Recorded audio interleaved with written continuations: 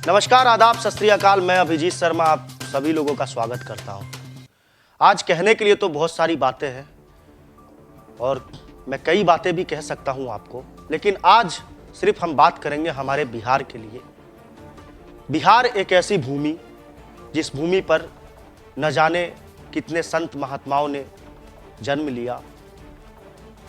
अगर कलयुग की बात करें या इस युग की बात करें तो महात्मा गांधी ने भी स्वाधीनता संग्राम की नींव हमारे बिहार से रखी थी। भगवान राम के चरण भी हमारे बिहार में आए। माता सीता की जन्मभूमि रही बिहार हमारी। गौतम बुद्ध की तपोभूमि रही। भगवान महावीर स्वामी की भी तपोभूमि रही। एक ऐसा इतिहास बिहार का जहाँ पे शिक्षा की जन्मस्थली के रूप में जाना जाता है, चाहे वो तक्षशिला हो या नालंदा विश्वविद्यालय। आज भी हमारे देश के अंदर किसी भी राज्य में आप चले जाइए, वहाँ पे बिहार के आईएएस या आईपीएस ऑफिसर तो जरूर ही मिलेंगे। ठीक उसके अलावा अगर किसी भी राज्य को बनाने में भूमिका रही तो सबसे ज़्यादा बिहार के लोगों की रही। उन्होंने मजदूरी करके वहाँ पे उस राज्य के निर्माण में अपनी सहभागिता निभाई। लेकिन आज क्या हो गया है हमारे बिहार को? आज जिस तरीके से मुबारकपुर में, छपरा में जो घटना हुई, उसके ऊपर जिस तरीके से राजनीति से की जा रही है, लोग राजनीति कर रहे हैं, धर्म के नाम पे राजनीति कर रहे हैं। कुछ समझ में आ रहा है आप लोगों को? कुछ समझ में तो नहीं आ रहा होगा। खूब मजा आ रहा होगा फेसबुक, ट्विटर पे ट्वीट करते समय, देखते समय, अनर्गल बयान लोगों के सुनने में काफी मनोरंजन आ रहा होगा आप लोगों को। लेकिन कभी आपने सोचा है कि इस तरीके की घटनाएं आपके अगल बगल में भी हो सकती है? कभी अश्लीलता के ऊपर हो तो कभी मनोरंजन के ऊपर। हमेशा बिहार के अंदर आप लोगों ने सिर्फ मजे ही तो लिए हैं। जिस समय मतदान करने की बारी आती है तो सबसे पहले आप ढूंढते हैं कि हमारे जात का कौन सा आदमी खड़ा है चुनाव में। लेकिन कभी आपने ये नहीं सोचा कि हम एक बेहतर बिहार को किस तरीके से निर्माण करने में अपनी सहभागिता निभा सकते हैं। कभी हमने ये नहीं सोचा कि हमारे पास जो वातावरण, जो सामाजिक वातावरण जो है वो कैसे शुद्ध हो।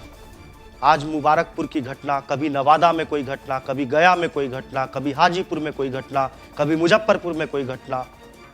ये क्या हो रहा है? सोचना आपको है कि हमारे बिहार में ऐसा क्यों होता है। अगर नहीं सोचे हैं तो एक बार अकेले में बैठ के सोचिएगा जरूर। क्यों वहां से लोग बाहर पढ़ने के लिए आते हैं? क्यों वहां से लोग बाहर की तरफ पलायन कर रहे हैं? बेरोजगारी तो एक समस्या है जो कि पूरे देश में है।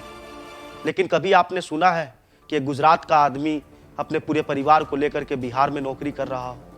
क्या आपने कभी सुना है कि एक हरियाणा का आदमी बिहार में आकर के नौकरी कर रहा हो? 1% भी नहीं मिलेगा। जिस तरीके से बिहार के गौरवशाली इतिहास में एक से बढ़कर एक लोग यहाँ जन्मे और आज के समय में भी बिहार के छात्रों ने पूरे भारत में नहीं पूरे विश्व में अपना डंका बजा करके बिहार का नाम रोशन करने का प्रयास किया है। आज भी देश के कई हिस्सों में यहाँ से निकले आईएएस आईपीएस ऑफिसर अपना योगदान दे रहे हैं। ठीक उसी तरीके से आप लोगों से विनती है कि अपने बिहार के गौरव को आगे बढ़ाने के लिए सब एकजुट होकर के रहे कि वो सारी चीज़ें जो आज भारत के हर एक हिस्से में है वो हमारे बिहार में भी हो सकती है। किसी संत महात्मा ने भी बहुत खूब कहा है कि हम सुधरेंगे तभी जग सुधरेगा। मेरी आपसे हाथ जोड़ के विनती है कि एक बार अपने बिहार के लिए, अपने बिहार के मान को बढ़ाने के लिए, अपने बिहार के गौरव और खोई हुई अस्मिता को वापस लाने के लिए अपने आप में सुधार करें। जातीय रंग में फंस करके कोई भी इस तरीके का कोई स्टेटमेंट या कोई भी ऐसी बात ना बोले जिससे दूसरों को दुख पहुँचे और अच्छे बिहार के निर्माण में हमारी भूमिका रहे।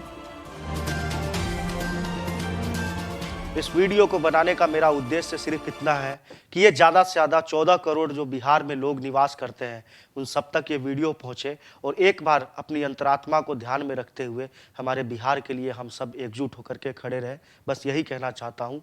मैं अभिजीत शर्मा आपसे फिर से एक बार विनती करता हूँ कि आप लोग बिहार के लिए दृढ़ संकल्पित हो करके बिहार के इतिहास को बनाने में, दोहराने में एकजुट होकर के खड़े हो। जय बिहार, जय हिंद।